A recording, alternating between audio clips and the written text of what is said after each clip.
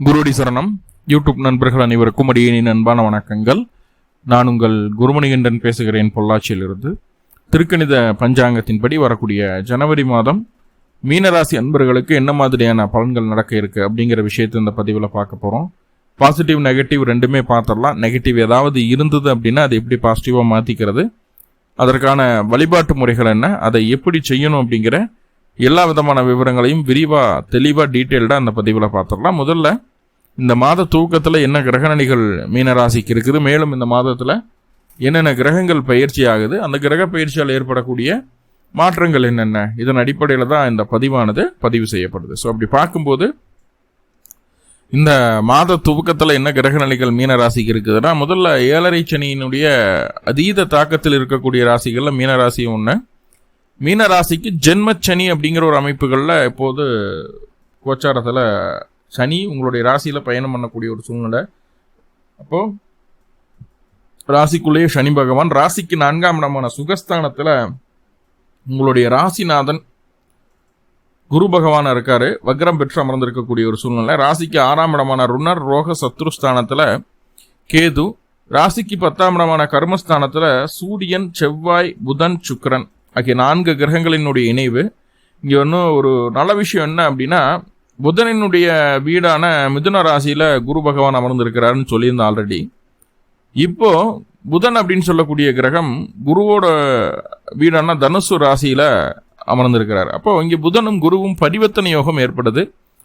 அப்போ உங்களுடைய ராசிநாதன் அப்படின்னு சொல்லக்கூடிய குரு பகவான் முழுக்க முழுக்க பலம் அடையக்கூடிய ஒரு அற்புதமான சூழ்நிலை இந்த மாத தூக்கத்திலே இருக்கு. அதே போல ராசிக்கு 10ஆம் இடத்தில் செவ்வாயோ அல்லது சூரியனோ அமர்ந்திருக்கக்கூடிய ஒரு சூழ்நிலை, ஜாதகர் எதிலும் ஜெயிப்பார் அப்படிங்கிற ஒரு அமைப்பு உண்டு. ஆனால் இங்கே உங்களுடைய ராசிக்கு 10ஆம் இடத்துல செவ்வாயும் அமர்ந்திருக்கிறார், சூரியனும் அமர்ந்திருக்கிறார் அந்த மாத துவக்கத்தில். ஸோ அது ஒரு நல்ல விஷயம். ரெண்டாவது பார்த்துட்டிங்கன்னா, ராசிக்கு 12ஆம் இடம் அப்படின்னு சொல்லக்கூடிய விரயஸ்தானத்தில் தான் ராகு உட்கார்ந்துருக்கு. ஸோ இதுதான் இந்த மாத துவக்கத்தில் இருக்கக்கூடிய கிரக நிலைகள். மேலும் இந்த மாதத்தில் என்னென்ன கிரகங்கள் பயிற்சி ஆகுது அப்படின்னு சொல்லி பார்த்துட்டோம்னா, முதல்ல சுக்கிரன். இந்த கிரகங்களினுடைய பயிற்சியை மையப்படுத்தி அந்த கிரக பயிற்சியால் ஏற்படக்கூடிய மாற்றங்கள் என்னென்ன, இதைத்தான் நம்ம பார்க்க போகிறோம்னு ஆல்ரெடி சொல்லியிருந்தோம். முதல்ல சுக்கிர பகவான். சுக்கிரன் அப்படின்னு சொல்லக்கூடிய கிரகம் மீன ராசிக்கு 1000 மடங்கு எதிர்ப்புகளை தரக்கூடிய ஒற்றை கிரகம் அப்படின்னா நம்ம சுக்கிரனை தான் சொல்லிடணும். மீன ராசிக்கு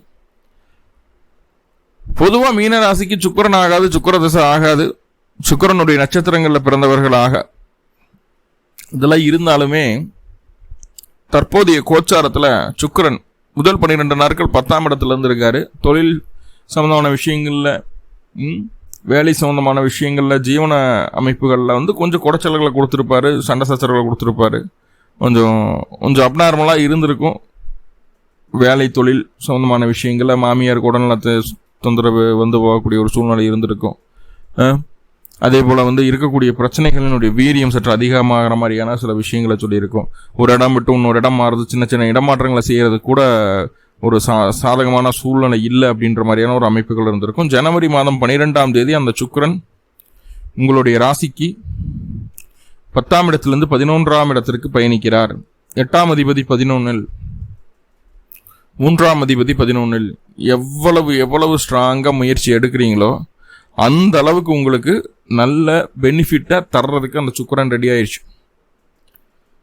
எது சார்ந்த விஷயங்களில் ஒரு ஆடை ஆபரணம் வாங்குறது பிடிக்கிறது சம்மந்தமான விஷயங்களில், ஒரு காலி நிலம் வாங்க பிடிக்காது சம்மந்தமான விஷயங்களில், அதே நேரத்தில் காலி நிலம் வாங்க பிடிக்காத சம்மந்தமான விஷயங்கள், அதே நேரத்தில் ஏதாவது ஒரு டாக்குமெண்ட்டோ ஏதாவது அப்டேட் பண்ணணும், ஏதாவது கரெக்ஷன் பார்க்கணும் பிடிக்கணும் அப்படின்னா அதுக்கான முயற்சிகள் எடுத்தால் கூட அதுவும் நம்மளுக்கு சாதகமாக நடக்கிறதுக்கு உண்டான ஒரு சூழ்நிலையை சொல்லுது. அடுத்ததாக பார்த்துட்டிங்கன்னா உங்களுக்கு வரக்கூடிய ஜனவரி மாதம் 12ஆம் தேதிக்கு மேலே சுக்கிரனுடைய நகர்வு என்ன செய்ய காத்திருக்குதுன்னா, இது வரைக்கும் வெளியில் காசு பணம் கொடுத்துருப்பீங்க, அதெல்லாம் வசூல் பண்ண முடியாமையே போயிருக்கும். வாரா கடன்களெல்லாம் சிலது இருக்கும் இல்லையா, அதையெல்லாம் வசூல் பண்ணுறதுக்கு உண்டான ஒரு நல்ல சூழ்நிலையை அதை ஏற்படுத்தி தருது. 3ஆவதாக பார்த்துட்டிங்கன்னா, இது வரைக்கும் நீங்கள் ஏதாவது தவறுகள் செய்துட்டு இருந்தீங்களா, அந்த தவறுனால கொஞ்சம் பிரச்சனைகளை சந்திச்சுட்டு இருந்தீங்களா, அந்த தவறுகளை திருத்திக் கொள்வதற்குண்டான வாய்ப்புகளை தருகிறது. அதே போல் நம்ம இந்த விஷயத்தை செய்தோம்னா இவ்வளவு நஷ்டமாகும் அப்படிங்கிறதையும் நம்மளுக்கு தெளிவாக எடுத்து சொல்லக்கூடிய அளவுக்கு கூட இருக்கிறவங்க யாராவது ஒருத்தர் எடுத்து சொல்லுவாங்க. இல்லை முன் நடந்த அனுபவத்தை சரியான நேரத்தில் சரியான இடத்தில் யோசித்து வரக்கூடிய மிகப்பெரிய பிரச்சனையிலிருந்து உங்களை நீங்கள் காத்துக்கொள்வீர்கள், சுய உணர்வுடன் நீங்களாகவே தனித்து செயல்பட்டு அப்படிங்கிறத சொல்லுது. ஸோ ஒரு நல்ல ஒரு ப்ளசண்டான ஒரு சூழ்நிலை தான் இது. சரிங்களா? அப்போ தடைகள் பிரச்சனைகள் வருது அப்படிங்கிறத நம்ம கணிச்சிட்டு இதெல்லாம் பண்ண இந்த மாதிரியெல்லாம் ஆகும் அப்படிங்கிறது உறுதி பண்ணிட்டு அதுலேருந்து நம்ம ரிவர்ஸ் ஆகி அதுக்கு எகெயின்ஸ்டாக நம்ம போராடுறோம் அப்படிங்கிற ஒரு மனநிலைமையை மிகப்பெரிய கிஃப்ட்டு அப்படின்னு தான் சொல்லுவேன். ஸோ அப்படி ஒரு சூழ்நிலை சுக்கிர பகவானால் ஏற்படுது. அதற்கு எல்லாமே ஒரு பெண் தான் காரணமாக இருக்க போகிறாங்க. பெண்ணின் மூலமாக பெண்ணின் ஆதரவு பூர்ணமாக கிடைக்க போது. பெண் நண்பர்களுடைய எண்ணிக்கை அதிகரிக்கக்கூடிய ஒரு சூழல் சொல்கிறது. பாலிய நண்பர்களினுடைய பேச்சுவார்த்தை பழக்க வழக்கங்கள்லாம் மீண்டும் ஒரு முறை புதுப்பிக்கப்படக்கூடிய ஒரு சூழ்நிலையை சொல்கிறது. அக்கம் பக்கத்தினரெல்லாம் உங்களுக்கு சாதகமாக பேசுவாங்க. உங்களுக்கு என்ன வேணும் என்ன ஏதுன்னு நம்மளை பார்த்து கவனிக்கிற மாதிரியான ஒரு சூழ்நிலைகளெல்லாம் சொல்லுது. ரொம்ப நல்ல சந்தோஷமான ஒரு அமைப்பு. முக்கியமாக இயலிசை நாடகத்துறையில் இருக்கிறவங்க, கலைத்துறையில் இருக்கிறவங்களுக்கு, பத்திரிகை துறையில் இருக்கிறவங்களுக்கு, கம்யூனிகேஷன் சம்மந்தப்பட்ட விஷயங்கள் இருக்கக்கூடிய நபர்களுக்கெல்லாம் இந்த ஜனவரி மாதம் நல்ல ஒரு ஜாக்பாட் அடிக்கக்கூடிய மாதமாக இருக்கும். ஏன்னா தடைகள் விலகுது, லாபமும் மாறுது. உங்களை நோக்கி யார் என்ன கல்லை போட்டாலும், எவ்வளவு உங்களை நோக்கி என்ன பிரச்சனைகள் வந்தாலும், உங்களை நோக்கி என்ன நடந்தாலும் சரி, அது எல்லாமே இப்போ அணுகுண்டு போட்டால் கூட பூவாக மாறுது அப்படின்னு சொல்கிறோம் இல்லையா? அந்த மாதிரி நம்மளை நோக்கி வரக்கூடிய பிரச்சனைகள் எல்லாமே நம்மளுக்கு சாதகமான ஒரு படிக்கட்டுகளாக மாறக்கூடிய ஒரு சூழ்நிலையை தான் இந்த சுக்கிர பகவான் ஏற்படுத்தி தர்றார். ஸோ அப்படி இருக்கும்போது நினைத்த காரியம் நினைத்தபடி நடந்தேறுவதற்கு எடுக்கக்கூடிய முயற்சிகள் உங்களுக்கு சக்ஸஸ்ஃபுல்லாக நடக்கிறதுக்கு சுக்கிரன் முழு ஒத்துழைப்பு தர்றாருங்க. ஸோ அப்போ உங்களுடைய சுய ஜாதகத்தில் சுக்கிரனுடைய தசாபுத்தி அந்தரங்கள் நடந்துட்டு இருந்தாலோ, அல்லது சுக்கிரனுடைய நட்சத்திரங்களான பரணி, பூரம், பூராடம் இந்த நட்சத்திரங்கள் ஏதாவது கிரகங்கள் நின்று தசாபுத்தி நடத்திட்டு இருந்தாலோ கண்டிப்பாக நினைச்ச காரியம் நினைச்சபடி நடந்தேறுவதற்குண்டான வாய்ப்புகளை இது ஏற்படுத்தி தந்துடுது. ஓகே, 100% நடக்கும். அதுக்கப்புறம் பார்த்துட்டிங்கன்னா சூரியனுடைய நகர்வு ஜனவரி மாதம் 14ஆம் தேதி உங்களுடைய ராசிக்கு 10ஆம் இடத்துலேருந்து 11ஆம் இடத்துக்கு பயிற்சி ஆகிறார். இப்போ சூரியன் அப்படின்னு சொல்லக்கூடிய கிரகம் 11ஆம் இடத்துக்கு வந்தாச்சு. இதுக்கு மேலே ஒரு கிரகநிலையே வேணாமுங்க. அதாவது பிறந்த ஜாதகத்தில் சூரியன் 11ஆம் இடத்துல வந்து அமர்ந்துட்டார் அப்படிங்கும்போதே, லாபத்தில் சூரியன் இருக்கும்போது ஜாதகத்தில் செவ்வாய் தோஷம், ராகு தோஷம், இப்படி எந்த அமைப்பு எப்படி இருந்தாலும் சரி எல்லாத்தையும் அந்த சூரியன் சரி கட்டிடுவார். அதுதான் அந்த ஜோதிடத்தில் கூடிய ஒரு முக்கியமான ஒரு சூட்சமமான விதி. நிறைய ஜாதகங்களில் பார்த்துட்டேன், ஜாதகம் ரொம்ப ரொம்ப ரொம்ப ரொம்ப அடி வாங்கியிருக்கும், சூரியன் மட்டும் 11 இருப்பார். அதுவும் லக்ன யோகாதிபதிகளுடைய நட்சத்திரத்திலேயோ அல்லது ஜாதகத்தினுடைய யோகி நட்சத்திரத்திலேயோ அல்லது சூரியன் புஷ்கரத்திலேயோ இருந்துட்டாங்கன்னு வைங்களேன், சொல்லவே வேண்டாம், அந்தளவுக்கு டெவலப் ஆகிடுவாங்க. ஸோ அப்படி ரொம்ப அடிவாங்கின ஜாதகங்கள் சூரியன் மட்டும் அந்த ஜாதகத்தை காப்பாற்றி மேலே கூட்டிகிட்டு வந்துட்டே இருக்கும். ஸோ ஜாதகத்திலே அந்த அமைப்பு இருக்கும்போது கோச்சாரத்தில் 11ஆம் இடத்துக்கு அந்த 6 கூடியர் வரும்போது எதிரிகள் எல்லாருமே உங்களுக்கு சரண்டர் ஆயிடுறாங்க. எதிரிகள் அனைவரும் நண்பர்களாக மாறக்கூடிய ஒரு சூழ்நிலையை சொல்கிறது. வேலை இல்லாதவங்களுக்கு வேலை கிடைக்கும், வேலையில் ப்ரொமோஷன் கிடைக்கும், வேலை சம்மந்தமாக வெளியூர் வெளிமாநில வெளிநாடு போயிட்டு வரதுக்குண்டான வாய்ப்புகளை சொல்லுது. வேலையில் இடமாற்றம் எதிர்பார்த்துட்டிங்களா கிடைக்கும், ஒரு ப்ரொமோஷன் எதிர்பார்த்துட்டிங்களா கிடைக்கும். இப்போ வேலையெல்லாம் முடிச்சாச்சு சாமி, வீட்டில் இருக்கேன், அந்த பென்ஷன் அமௌண்ட் வரமாட்டேது, அப்படி இருந்தது, அப்புறம் பிஎஃப் க்ளோஸ் பண்ண முடியல, அந்த மாதிரி எந்த பிரச்சனையாக இருந்தாலும் சரி அது உங்களுக்கு சால்வ் ஆகிடும். வேலை சம்மந்தமாக என்ன பிரச்சனையாக இருந்தாலும் சால்வ் ஆகிறதுக்கு உண்டான ஒரு சூழ்நிலையை சொல்லுது. ஊரில் இருக்கக்கூடிய பெரிய மனிதர்கள் எல்லாமே நம்மளுக்கு ரொம்ப நெருங்கின நண்பர்களாக மாறக்கூடிய ஒரு சூழ்நிலையை சொல்லுது. பெரிய பெரிய கான்டாக்டெல்லாம் ஈஸியாக கிடைக்கும் இந்த காலகட்டம், சரியாக பயன்படுத்திக்கிடணும். அதே நேரத்தில் கடன் கேட்காமலேயே கிடைக்கும். கடன் கிடைக்குதுன்னு சொல்லி போட்டு ஆசைகளை வளர்த்துக்கிட்டு தேவையில்லாத பொருட்களை வாங்கி வீட்டில் குமிக்கக்கூடாது. அதே போல் வந்து 11ஆம் இடத்து சூரியன் இருக்கும்போது எல்லாமே எனக்கு தெரியும், எல்லாமே நான் பண்ணிடுவேன் அப்படின்ற ஒரு மிதப்பு இருக்கும். அதே போல் கெண்டைக்கால் வலிகள் வருவதற்கு, கால் மூட்டு வலிகள் வருவதற்கான வாய்ப்புகளை சொல்கிறது. ஸோ அதை கொஞ்சம் நம்ம பார்த்துக்கிடணும். பாதை எரிச்சல் இருக்கும், கால் மூட்டு கால் அதெல்லாம் எரிச்சலாக இருக்கும். அதே போல் வந்து தலை சம்பந்தமான வியாதிகள் அதிகமாக ஹேர்ஃபால் ஆகிறதோ, தலை கனம் அதிகமாக இருக்கிறதோ, தலைவலியோ காய்ச்சலோ வருவதற்கு, உடல் சூடு அதிகரிக்கிறதுக்கு உண்டான ஒரு சூழ்நிலையும் சொல்கிறது.